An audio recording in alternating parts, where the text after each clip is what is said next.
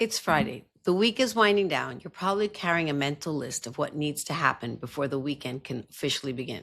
The groceries, the texts, the plans, the laundry, the things you forgot you volunteered for. And before you walk into any of it, I want to ask you one question. Did you take your inch? Did you let one real sentence out this week? Did you ask one better question? Did you stop yourself even once from saying busy good when something truer was trying to rise? Stay with me because today isn't about doing more. It's about noticing where you hit. Hey, it's Kiley. Welcome to your Friday reflection. If you're new here, Fridays are a little different. Tuesday is where we open something up, and Friday is where we sit with it. So take a breath with me, pour the coffee, fold the laundry while you listen, sit in the car for a few extra minutes before you go inside. This one is quiet on purpose. On Tuesday, we talked about the full calendar and the empty heart, about being busy with people but not truly connected to them, about the loneliness that can exist inside a very full life, about the armor that looks like competence but works like a wall. And I gave you one small assignment, one relationship, 1 inch deeper, not a dramatic emotional overhaul, not a hard conversation with a full agenda, just 1 inch, the honest text, the better question at dinner, the I miss the real us message, the moment where you choose truth before polish. So let me ask you again, did you take it? If you did, I want you to notice something before the weekend swallows the memory.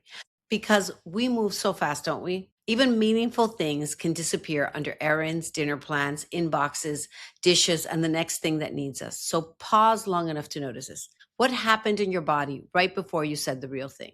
Did your chest tighten? Did your breath catch? Did your hand hover over the send button? Did you feel the urge to add an exclamation point so it sounded less vulnerable? Did you want to soften it, explain it, joke it away, or take it back?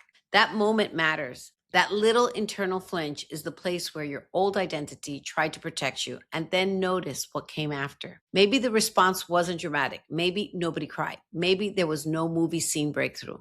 Maybe she simply said, me too. Maybe your husband paused and answered you differently. Maybe your friend took a little longer to text back, but when she did, something shifted. Because often what comes back when we tell the truth is not rejection, it's relief. Hers and yours. One of my clients did this last year. She sent the I miss the real us text to a friend she had been orbiting for almost a decade. They still saw each other.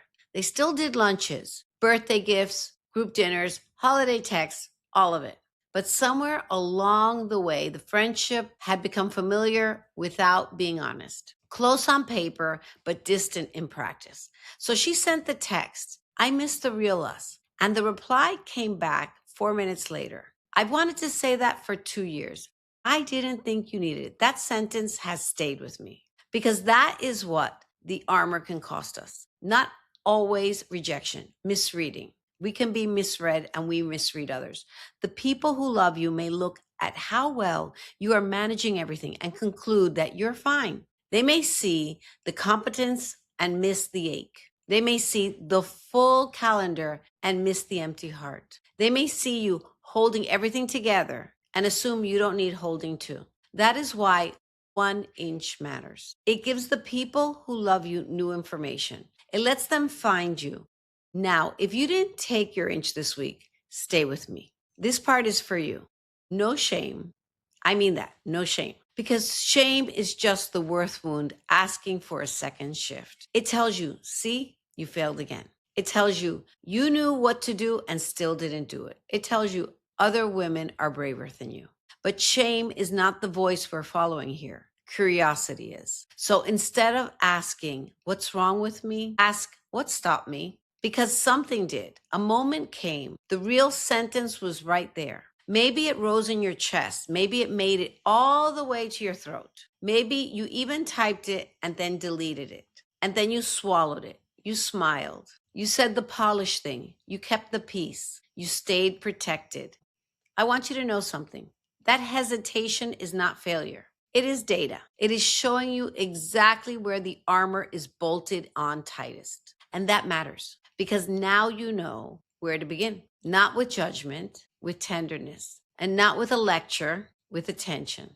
You don't have to become a radically different woman by Monday morning. You just have to notice where you disappeared this week. That's enough for today. So here's your reflection for the weekend. 3 questions. You can journal them, walk with them, even take them into the shower. Sit with them in the car before you walk into the next dinner party. Don't rush them. Let them do their work slowly. Question 1. Where did I perform this week? Not generally, specifically. Which conversation, which room, which text thread, which moment at the kitchen counter? Where did you say busy good with your whole face while something else was true underneath? Where did you make yourself easier to be around by making yourself harder to know? Question 2. What is the sentence I almost said out loud this week, but didn't? There is one. There is always one. The sentence you edited before it reached your mouth. The sentence you typed and deleted. The sentence you swallowed because the timing felt wrong, or the room felt too loud, or your fear got there first. Find it. Write it down word for word. Don't make it prettier. Don't make it more spiritual. And don't make it less needy. Just write the real sentence, because that sentence is the doorway. That is the inch we've been talking about. It's already written inside you. You've just been holding it. Question 3. Who came to mind on Tuesday?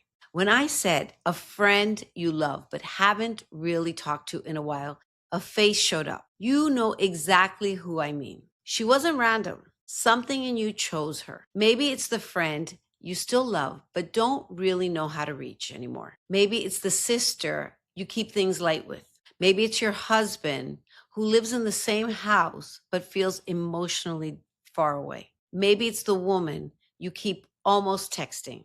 Whoever came to mind, pay attention. She may be the opening. Now, you've got a weekend ahead of you. Maybe there's a barbecue, a dinner, a graduation party, a long car ride next to someone you love, but mostly trade logistics with. A family gathering where everyone asks what's new and nobody really asks what's true. So here is your weekend practice. Answer one question honestly, just one. When somebody asks you how you are, let one true sentence out before the polished one takes over. Not the whole story, not the 5-year history, just one true sentence. I'm happy to be here, but I'm more tired than I've admitted. Or I've been feeling a little disconnected lately. This week was heavier than I expected. I'm realizing I miss deeper conversations. I'm not totally sure how I am, actually. These are all, different scenarios, but those count. That is the inch. And here is your permission slip in case you need it in writing. You are allowed to be the one who goes first. You're allowed to bring something real to a room that wasn't expecting it. You're allowed to need more than pleasant. You're allowed to interrupt the pattern without apologizing for wanting depth. The women around you are not waiting for a better appetizer. They're waiting for an opening. Be the opening. Not everywhere and not with everyone. Just once, this weekend.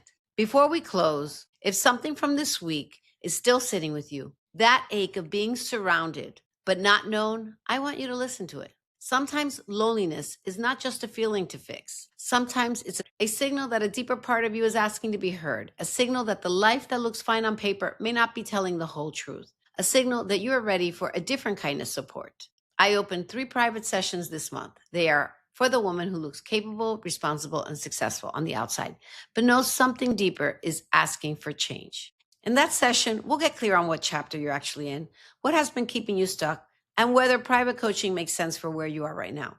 You'll find the link in the show notes. And before you go, hear this one thing. I see you, not the you who handles everything, the you underneath all of that. She's not too much. She's not too late. And as of today, she's not alone, because there's a whole movement of women doing this right alongside you. You belong here. Until next time, keep expanding.